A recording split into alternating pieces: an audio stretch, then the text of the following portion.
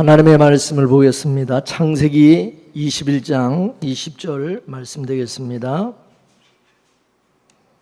창세기 21장 20절에서 34절까지 말씀을 다 같이 함께 봉독하겠습니다.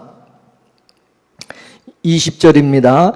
하나님이 그 아이와 함께 계심에 그가 장성하여 광야에 거하며 활 쏘는 자가 되었더니 그가 파란 광야에 거할 때에 그 어미가 그를 위하여 애굽 땅 여인을 취하여 아내를 삼게 하였더라.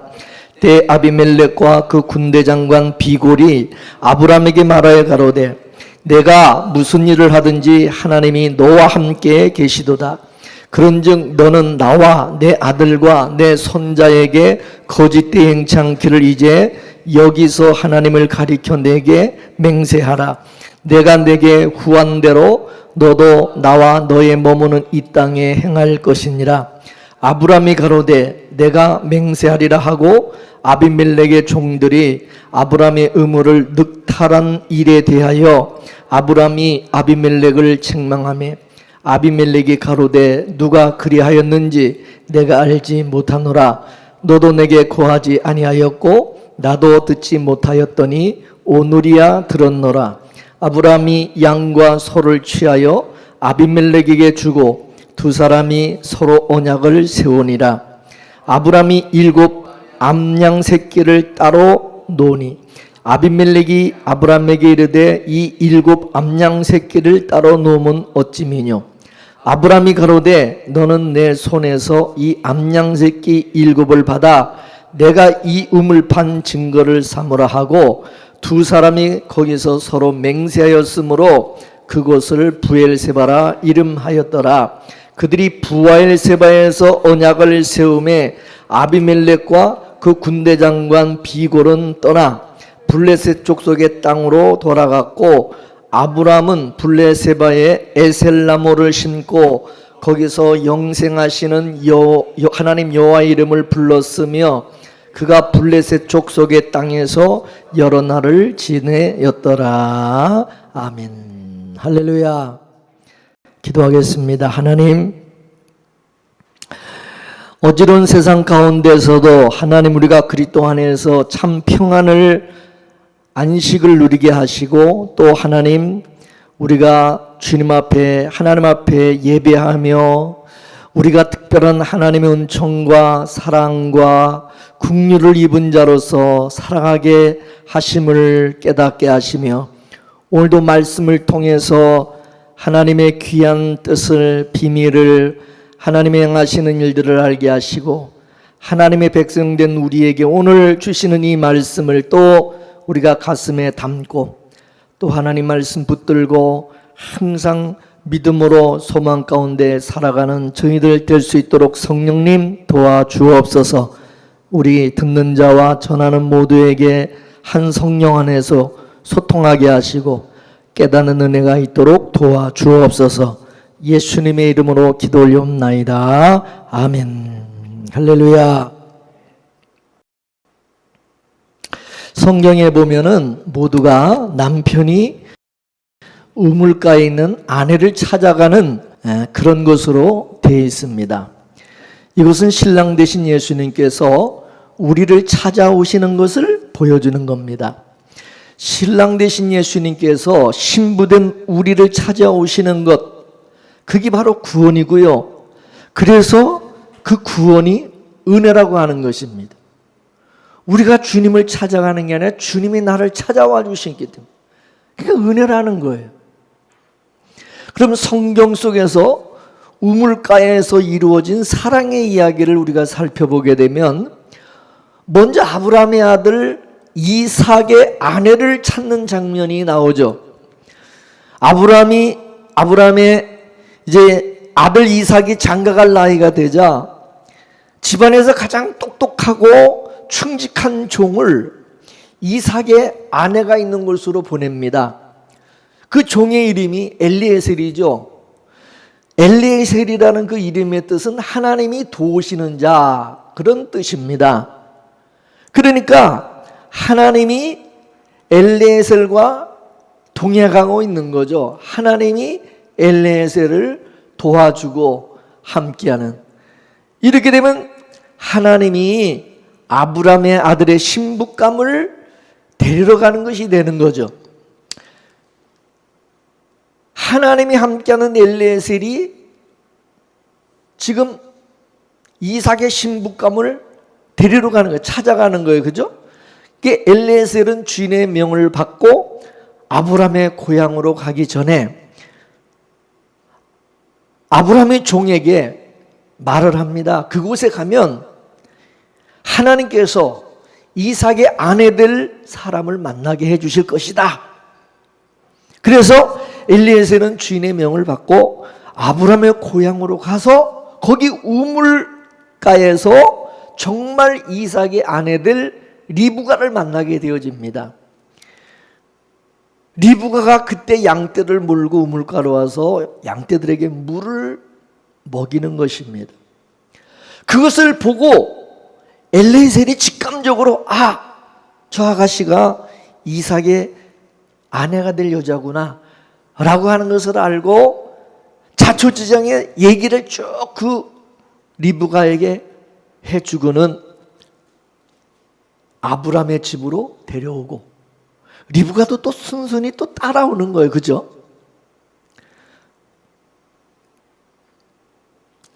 이삭의 아들 또 야곱도 마찬가지입니다. 야곱이 장자권을 받자 에서가 노발대발하면서 야곱을 죽이겠다고 그러니까 어머니 리브가가 집안에 있다가는 이게 집안의 형제 간에 서로 살인 날 것 같으니까, 그러니까 야곱에게 너 빨리 엄마 고향으로 피해 있으라, 굴러가 있으라. 그래서 야곱은 어미의 말대로 어머니 고향으로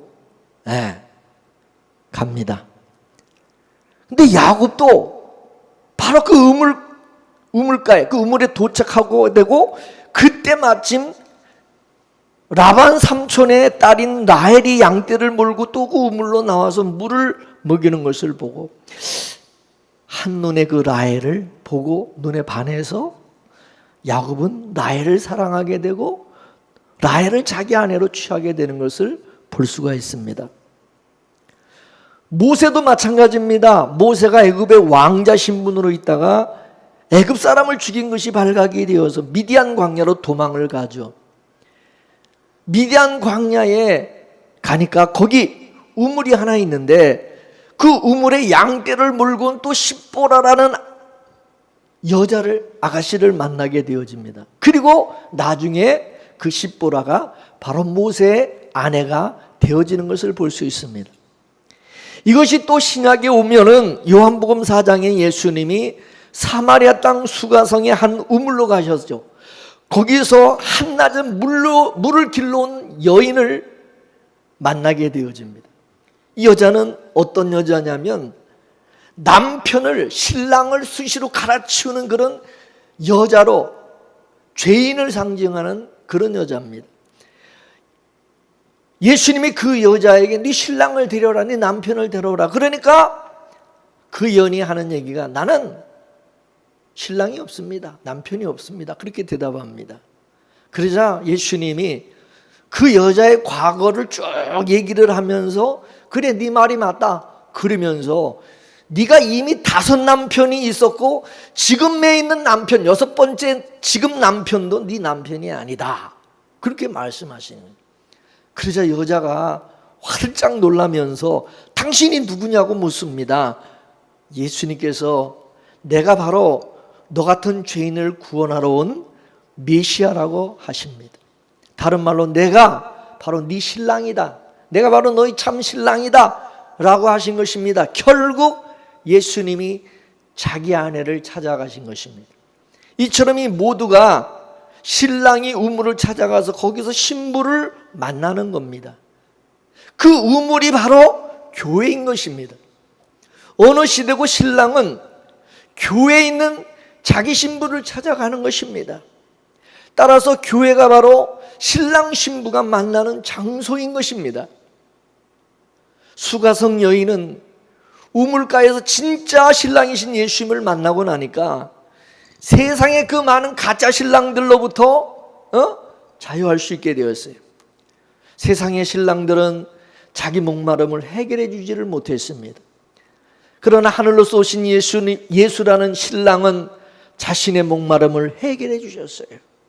그렇기 때문에 우리도 이 교회라고 하는 우물가에서 수가성의 여인처럼 예수님을 만나야 되는 거예요. 예수님을. 진짜 신랑을 우리가 만나게 되면요, 술람미 여인과 같이 신랑을 사모하게 되어 있고요, 그 사랑이 너무나도 황홀해서 잊지를 못하는 거예요. 그래서 술람미는 그 남편의 입맞춤을 잊지를 못해서 다시 한번 키스해달라고 하는 것입니다. 여러분, 재밌는 것은 이 수가라는 말과 여러분 술람미라는 말이요, 이 같은 말이라는 거예요. 수가, 술람미. 예? 그러니까 구약의 술람미는요, 신약의 수가 여인인 거예요. 술람미의 신랑은 솔로몬 왕이지만요, 그 솔로몬은 바로 예수님을 예표하는 사람인 것입니다. 그러니까 솔로몬과 술람미의 사랑의 이야기는 예수님과 수가성 여인의 구원의 이야기가 되는 거예요. 이해가 되십니까? 우리가 정말 예수님을 바로 만나게 되면 우리는 그 사랑에 빠질 수밖에 없습니다. 그래서 신앙생활이라는 것을 뭐 억지로 하는 것이 아니라 남녀 간에 사랑하듯이 하게 돼 있다 이것입니다. 여러분, 사랑해 보시면 알잖아요. 서로 그리워지고, 어제 또 만났는데 오늘 또 만나고, 그냥 계속 그냥 만나고 싶고 보고 싶고 죽고 못 살잖아요. 우리가 정말 신랑 되신 주님을 만나게 되면, 그 사랑을 우리가 받게 되면 바로 그런 일이 일어난다 이것입니다. 예수님 못 만나게 하고 교회 못 나가게 해도요, 어떻게든 이유를 대고 가는 거예요. 그래 안 그래요?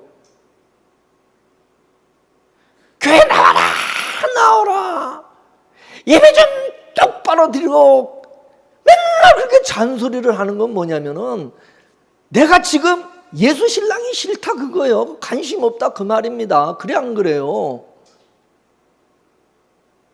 난 딴 데 관심 있다 이거요. 사람은요, 자기 마음 가는 대로 가게 돼 있어요. 자기 관심이 있는 곳에 붙들어 놔도 안 돼요. 그거는 사람이 뭐 짐승도 아니기 때문에 지발로 가는 건 지발로, 그건 안 돼. 그래 안 그래? 여러분, 수가성 여인이 예수님을 만나고 난 이후에 어떻게 살았습니까? 어떻게 살았겠어요? 오매불망 그리하며 살았겠죠. 비록 세상에서는 창기로 살았지만 그 속에서 우러나는 기쁨을 막을 수가 없는 것이죠. 신랑이 사랑에 덮쳐오면 세상을 넉넉히 이기게 되어 있는 것입니다. 여러분, 예수님께서 이 세상에 와서 보니까 자기 백성들이 이 수가성의 여인과 같은 모습으로 있는 거예요. 여러 남편을 데리고 살면서도 만족을 못하고 살아가는 거예요. 만족이 없이. 세상 남편이라는 게 뭡니까? 육신의 정욕, 안목의 정욕, 이생의 자랑거리들인 것입니다. 육신의 정욕, 안목의 정욕, 이생의 자랑거리, 그런 것들을 우리가 많이 가지고 있으면 우리는 만족하리라, 행복하리라 그렇게 생각하지만 이런 것들을 아무리 많이 가져도 만족을 주지를 못한다는 거죠.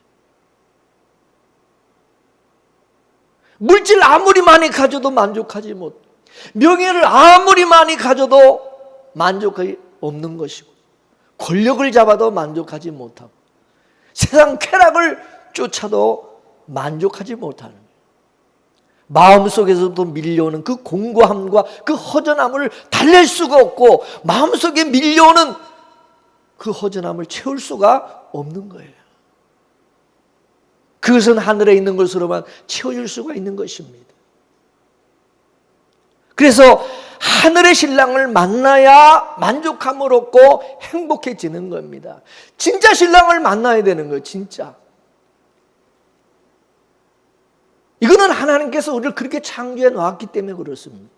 그러니까 여섯 신랑과 살고 있던 이 여자도 예수님을 만나고 난 이후에야 모든 것 다 던져버리고 예수 신랑을 쫓아가게 된 것입니다.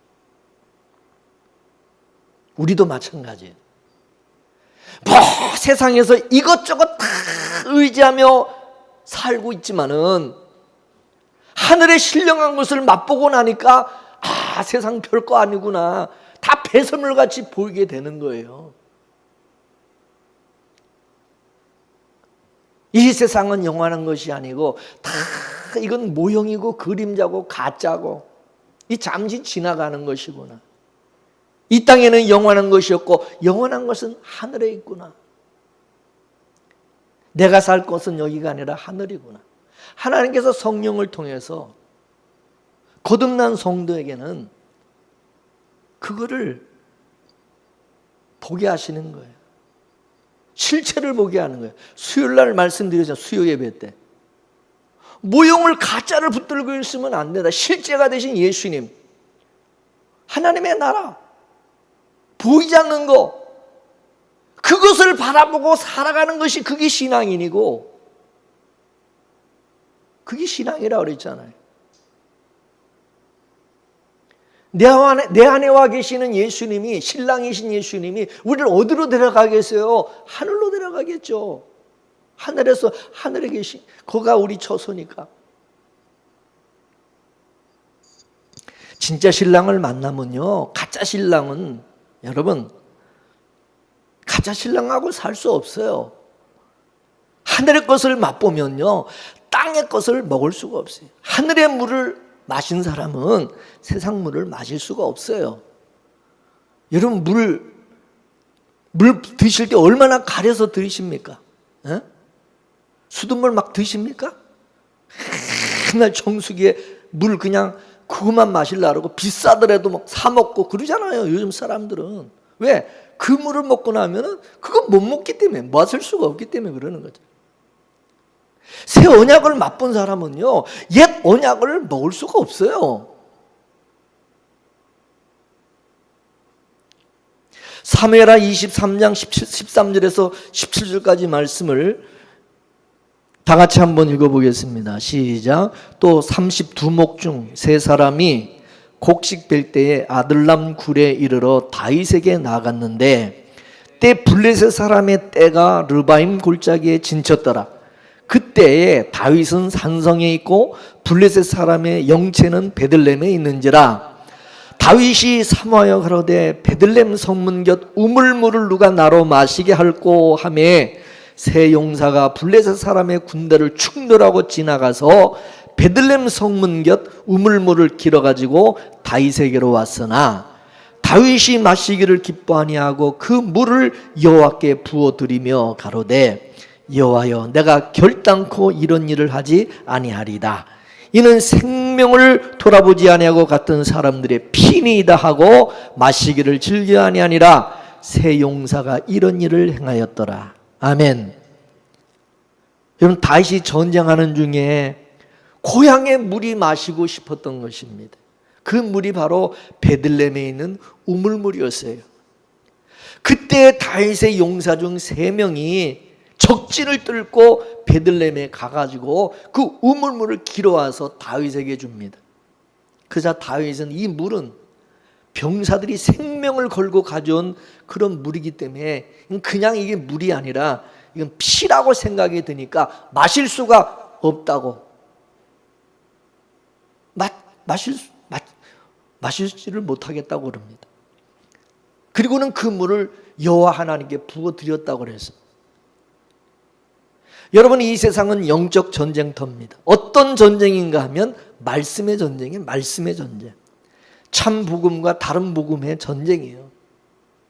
마귀는 복음을 자꾸 변질을 시키고 다른 것을 자꾸 섞고자 하는 것입니다. 그래서 이 시대는 정말 순수한 복음을 찾기가 힘든 시대고, 순수한 복음을 전하는 목사를 만나기가 여러분 쉬운 게 아니에요.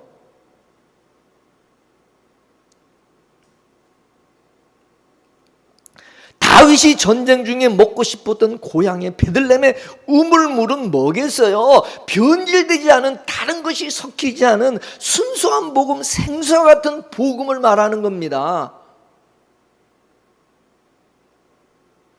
다윗이 그 물을 하나님께 드렸다고 하는 것은 그게 바로 하나님이 받으시는 물이라는 것입니다. 하나님은 오직 한 물만 받으십니다. 그게 뭡니까? 오직 예수 그리스도의 물인 것입니다. 예수님이 십자가에서 물과 피를 다 쏟으셨습니다. 그 물과 피로 세워진 것이 바로 교회인 것입니다.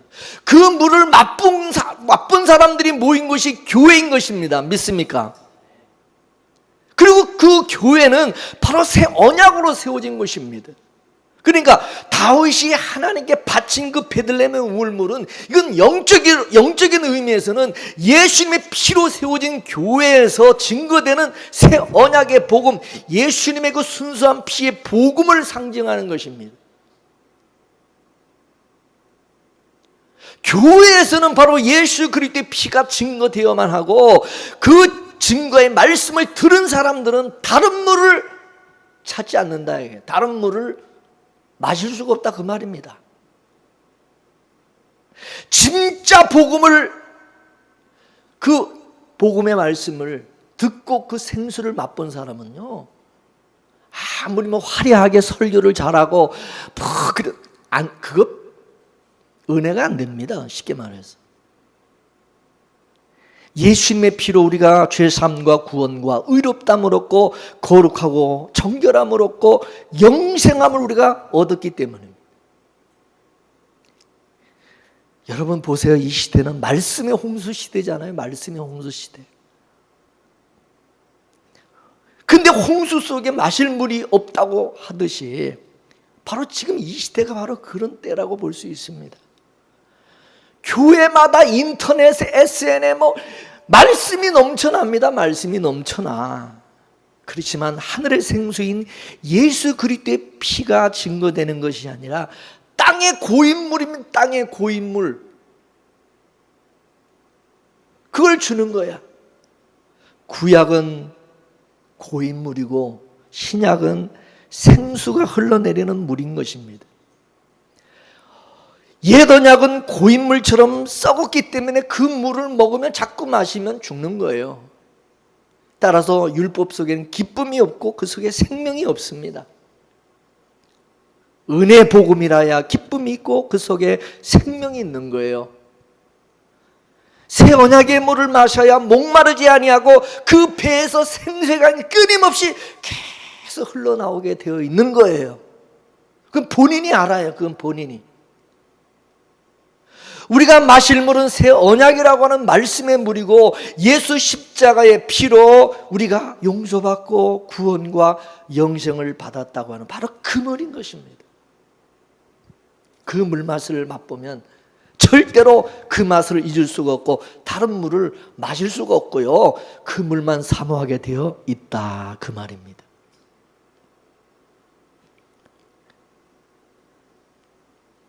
따라서 마지막 시대는 물의 전쟁이고 말씀의 전쟁이다. 여러분 잘 이거 여러분 새겨 들어갑니다. 마지막 시대는 결국 물의 전쟁입니다. 이 말씀의 전쟁이요. 어떤 물을 마시느냐에 따라서 운명이 달라지는 겁니다. 어떤 물을 마시느냐. 광야를 살아가는 사람들에게는 물이 생명입니다. 생명. 그래서 아브라함은 광야에서 그래서 우물을 파는 일을 했고 그 우물을 중심으로 사는 거예요. 값을 주고 그 우물을 사는 것입니다.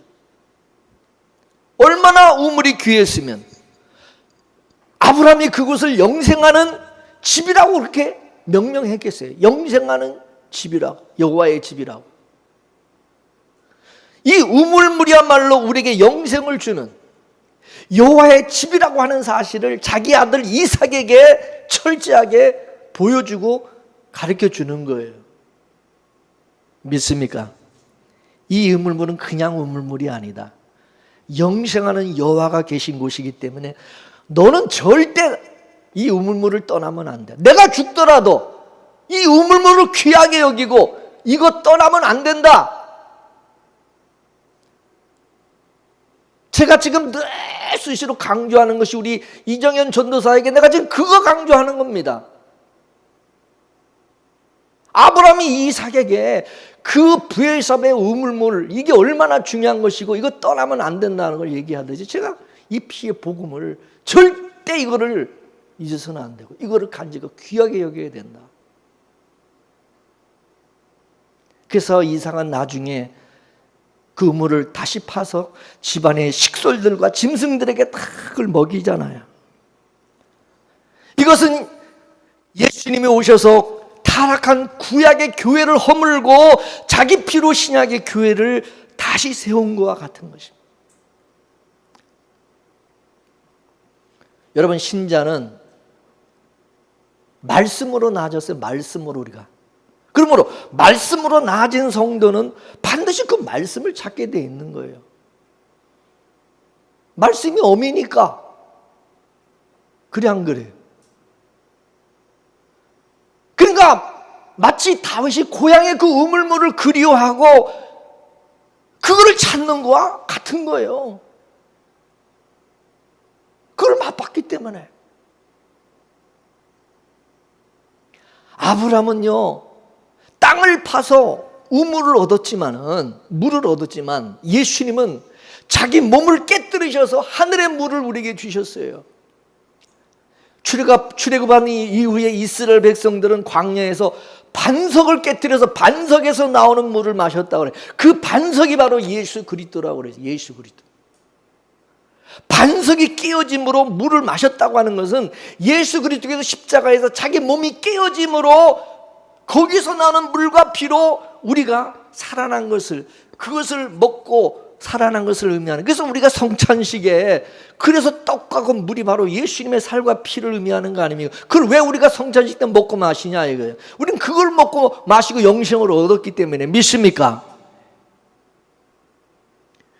교회는 예수님의 피로 세워졌기 때문에 예수님의 피가 증거되어야 된다, 그것입니다. 그러나 여러분, 교회라고 해가지고 다 예수님의 피를 증거하는 것이 아니라 그저 세상 이야기 끌어다가 이런 얘기 저런 얘기 그냥 재미있게 그냥 듣기 좋은 그냥 무슨 뭐 소설 쓰듯 얘기하고 율법적인 설교, 다른 복음 난무하고 있어요.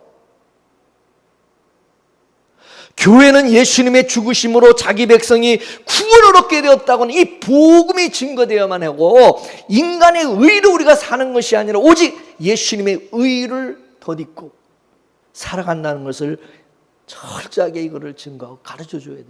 말해야 된다. 이게 구약의 사사기에 보게 되면요, 삼손의 수수께끼 사건으로 나타납니다. 사사기 14장 1절에서 20절까지 말씀을 함께 읽어보겠습니다. 조금 길지만은 여러분 한번 읽어봅시다. 사사기 14장 1절에서 20절입니다.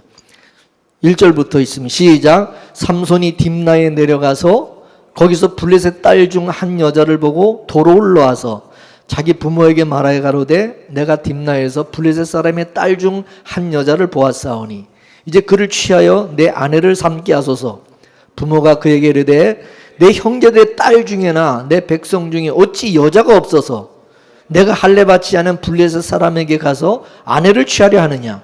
삼손이 아비에게 이르되 내가 그 여자를 좋아하오니 나를 위하여 그를 데려오소서 하니 이때 블레셋 사람이 이스라엘을 관할한 거로 삼손이 틈을 타서 블레셋 사람을 치려 함이었으나 그 부모는 이 일이 여호와께서 나온 것인 줄을 알지 못하였더라.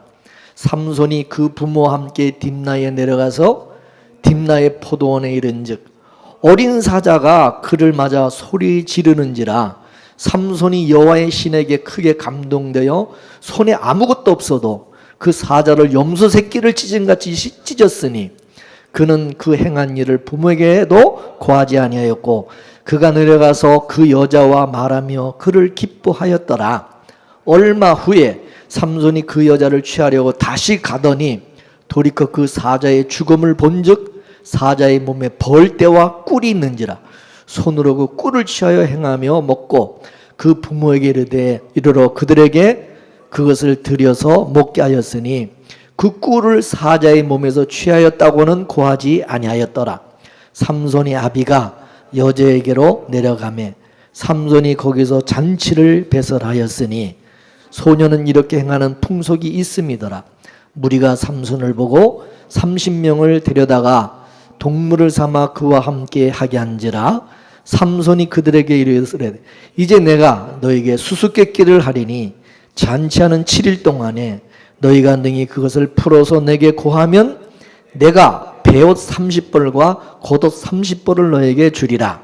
그러나 그것을 능히 내게 고하지 못하면 너희가 내게 베옷 30벌과 겉옷 30벌을 줄지니라.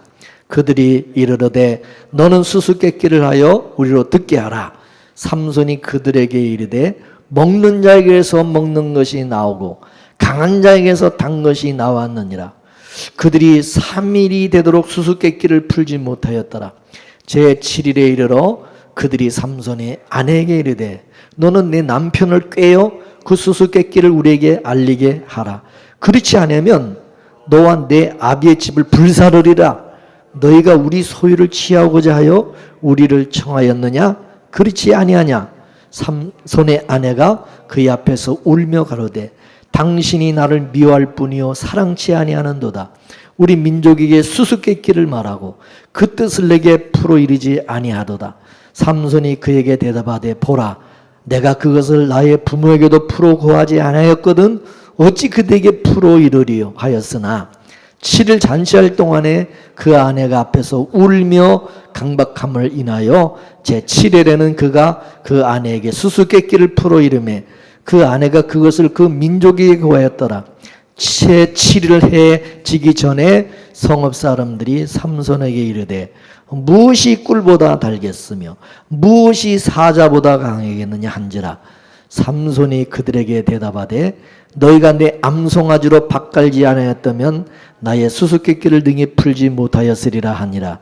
여호와의 신이 삼손에게 크게 임하심에 삼손이 아스글론에 내려가서 그곳 사람 30명을 쳐 죽이고 노략하여 수수께끼 푼 자들에게 옷을 주고 심히 노하여 아비집으로 올라갔고 삼손의 아내는 삼손의 친구 되었던 그 동무에게 준 바 되었더라.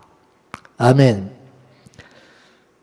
하나님께서 블레셋을 치려고 합니다. 그래서 명분을 만들고자 삼손이 투입이 되는데 삼손이 그 딥나의 한 여자를 사랑하게 됩니다. 삼손이 부모님과 함께 이제 상견례차 여자 집으로 내려가는데 내려가는 도중에 포도원에서 나온 어린 사자가 삼손을 공격을 하는 겁니다. 그러자 삼손이 맨손으로 이 사자를 찢어 죽여버립니다. 그리고 얼마 후에 여자를 제 아내로 맞이하려고 다시 삼손이 블레셋 딥나로 내려가죠. 가다 보니까 지난번에 내려가다가 찢어 죽인 그 사자의 몸에 벌떼와 꿀이 가득 있는 거예요. 그 꿀을 취하여 먹고 그것을 자기 부모님에게도 드리는 것입니다. 그리고 딥나로 내려가서 여자 집에서 이제 잔치를 이제 벌이는데 그 자리에 여자의 동무들 30명이 이제 초청받아서 오게 되었어요. 삼손은 그들에게 이제 수수께끼를 내게 되는데 옷을 걸고 7일 동안 잔치하는 동안에 이거를 마치기 내기를 하는 것입니다. 근데 그 30명의 그 동무들도 좋다 그럼 내라. 그래서 수수께끼를 낸 거예요.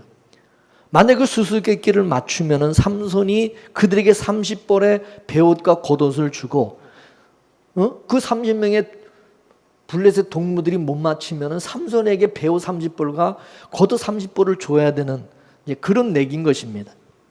수수께끼가 내용이 뭡니까? 먹는 것에서 먹는 게 나오고 강한 자에게서 단 것이 나온다고 하는 그게 뭐냐는 거죠. 그 내용은 삼손이 딥나로 내려가다가 사자 새끼를 죽였는데 나중에 보니까 그것에서 꿀이 나온 것을 그걸 수수께끼로 낸 것입니다. 이건 1차적으로 뭐냐? 삼손이 죽어서 이스라엘을 해방시키는 것을 상징하는 것입니다. 그렇지만 이게 신약에 와서는 영적으로 강한 예수님의 죽으심으로 구원의 꿀을 내어주는 것을 의미하는 것입니다. 근데 삼손이 낸 이 수수께끼는 아무도 모르고 누구만 아냐? 삼손만 압니다. 나중에 자기 아내에게도 그 답을 알려주죠. 동무들이 도무지 수수께끼를 풀 수가 없으니까 삼손의 아내에게 와가지고 협박을 하죠. 만일 네가 네 남편에게 수수께끼 답을 알아서 우리에게 가르쳐주지 않으면 너를 죽여버리고 너희 집 다 불태워버리겠다. 협박을 하죠. 그래서 삼손의 아내가 잔치하는 7일 동안은 그냥 울면서 기쁘지를 않는 거야. 그래서 졸라서 그 답을 알아내죠.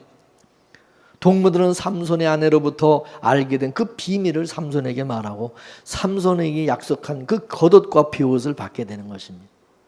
이거는 장차 우리가 천국에 입고 갈 옷을 걸고 수수께끼 하는 것 같은 것입니다. 하나님께서 이 세상에 던진 수수께끼가 있습니다. 그게 뭐냐? 강한 자에게서 꿀이 나오는 것입니다. 그 강한 자 되시는 예수님이 죽어서 자기 백성들을 구원하시는 것입니다. 다시 말해 예수님을 통해서 구원을 얻는 것입니다. 이게 비밀입니다. 이 수수께끼 비밀을 하나님이 신부된 교회에게만 가르쳐줬어요. 그죠? 왜냐하면 예수님의 신부된 교회 이후에는 알려준 적이 없습니다. 삼손도 자기 아내에게만 이 수수께끼 답을 알려주었어요. 근데 그 삼손의 아내 덕분에 친구들이 수수께끼를 풀게 되고 알게 되고, 그래서 그 덕으로 뭡니까? 겉옷과 베옷을 얻게 된 거예요. 옷을 얻게 된 거예요.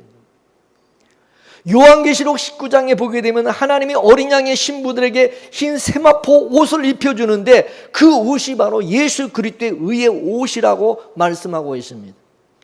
이게 이 세상에 수수께끼처럼 던져진 비밀인 겁니다. 비밀. 사자가 죽어서 단꿀을 내듯이 하나님의 아들이 죽은 그 자리에서 하나님의 아들들이 살아나는 것이고, 그 예수 그리스도의 의의 옷을 입은 자라야만 하나님 앞에 나갈 수 있고 천국을 유업으로 얻을 수 있다. 이게 바로 그 비밀인 것입니다. 할렐루야.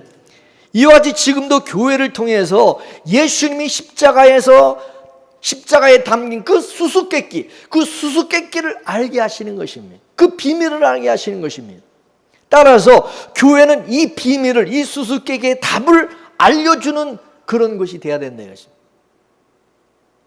아브라함이 암양 7을 주고 산 이 브엘세바의 7 우물은 신약에서는 예수님의 피로 값주고 산 아시아의 7 교회로 나타났습니다.